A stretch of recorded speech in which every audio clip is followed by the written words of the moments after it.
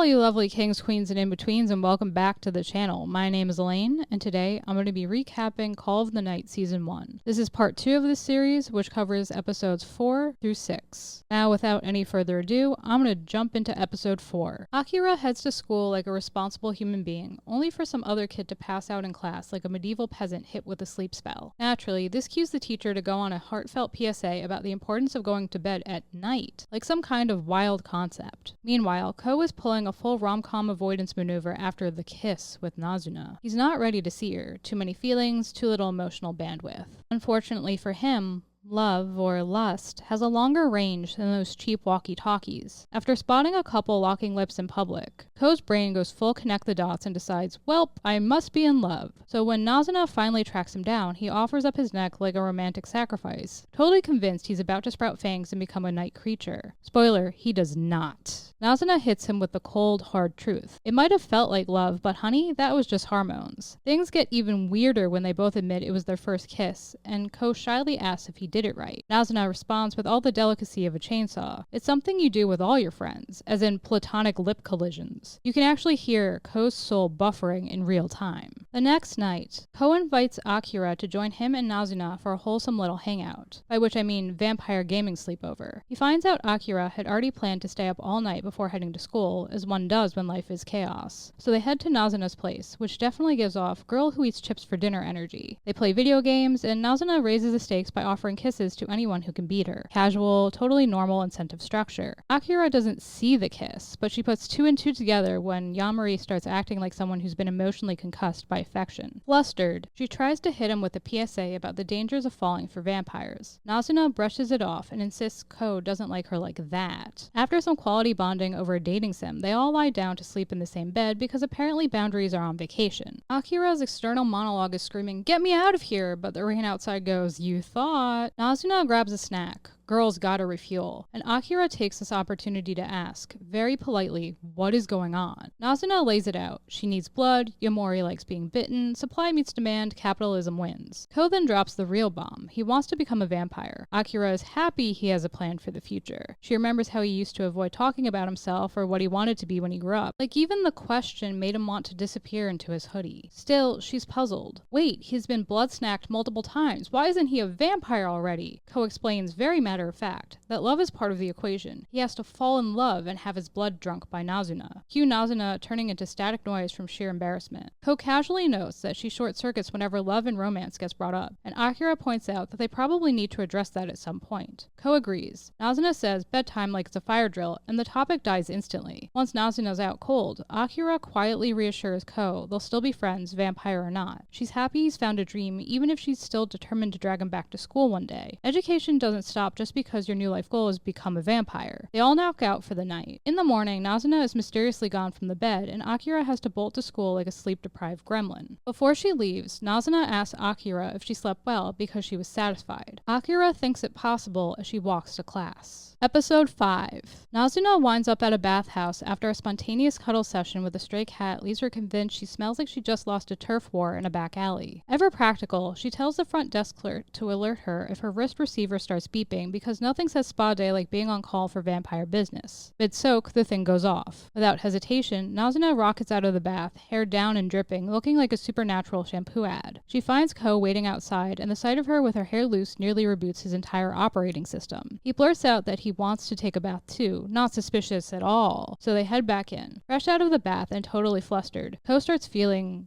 well, things. New things, like, is this allowed kind of things? And it's all because Nazuna, looking all clean and cute, is standing way too close. She notices right away and can't resist teasing him, clearly loving how awkward he is about his own feelings. After she drinks his blood, they decide to rest, but without Ko realizing they've wandered straight into a love hotel. There, Nazuna explains she can get an idea about what a person is thinking from the taste of their blood. Ko says he feels bad since he sees Nazuna as a friend and doesn't like feeling immoral. Nazuna comforts him, saying it's fine to feel that during the night and that she wants him to keep experiencing those emotions and more, because it adds variety to the taste of his blood. After they leave, Ko's jealousy switches on like a bad sitcom laugh track when Nazuna spots someone she's drained blood from before. His brain immediately goes, wait, how many others has she been snacking on? He's stuck between wanting the juicy details and desperately not wanting to know if he's just one blood bag among many. Nazuna finds his jealousy adorable, like watching a grumpy cat demand all the attention. Finally, she reassures him. Relax, you're the only one I'm feeding on right now. They head back to Nazuna's apartment, where she drops the bomb. She's a professional cuddler. Yep, that's a real thing. She offers Ko a free massage, concentrating on the relaxation pressure points. Just as she's about to sneak in a little blood snack, ding dong, a client shows up. Nazuna says she's too tired to handle a client, so Ko ends up having to greet her. The woman wants a massage, and Ko feels completely unprepared. He finds Nazuna goofing off in her room, where she explains this is how she makes a living and that hanging out with him has cut into her work time. She tells him he can totally handle it, kind of like how you think you can fix a leaky faucet, then ups the stakes with a deal. If he makes it through the massage, he gets a cut of the money and a kiss, because bribery works best with snacks and smooches. Episode 6.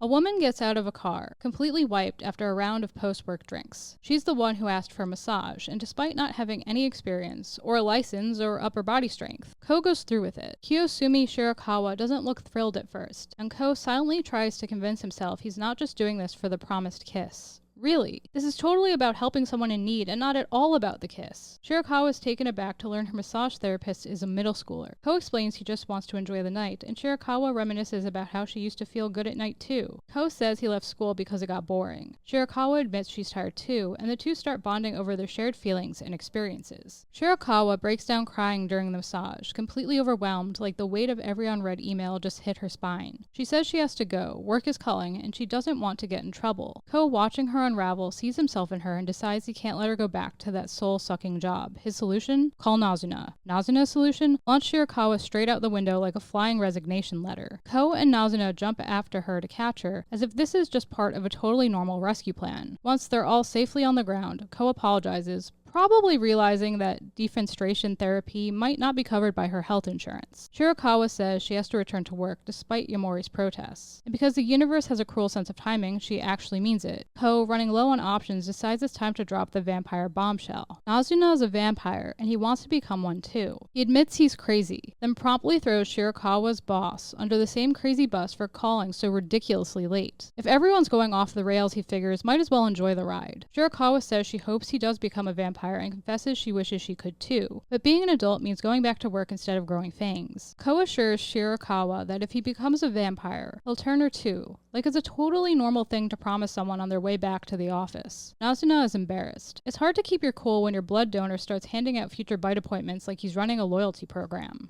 Later, Nazuna tells Yamori they need new nighttime activities, because apparently their usual routine of blood drinking and emotional confusion is getting stale. Ko starts pitching ideas like he's trying to plan a very awkward first date. Movies, no. Darts, hard pass. Then he says nighttime pool, and for once, he doesn't get immediately shut down. Off they go. At the pool, Ko notices Nazuna getting hit on more than a vending machine button. He's not loving it. Things get worse when Nazuna casually tells two boys she'll spend time with them if they buy her stuff, like she's running a limited time vampire merchandise promotion. Ko doesn't know exactly what she's doing, but whatever it is, he doesn't like it. When it goes on for too long, he grabs her and drags her away. After they leave, Ko admits he didn't have fun, especially not after hearing what other people thought of Nazuna. That part stuck with him in the worst way. On top of that, he was frustrated by everyone who tried to approach her. They wind up swimming in the school pool, and Ko begins to question his feelings before Nazuna enjoys a drink. And that concludes my Call of the Night Season 1 recap Part 2, which covered episodes 3 through 6. What did you think of my recap? Did I leave anything out? Let me know down below in the comments. I always like to know what you lovely kings, queens, and in-betweens think. And if you like what you saw here today, please smash that like button until it's blue, subscribe, ring that bell so you always know what's up, and I'll catch you all in the next one. Bye guys!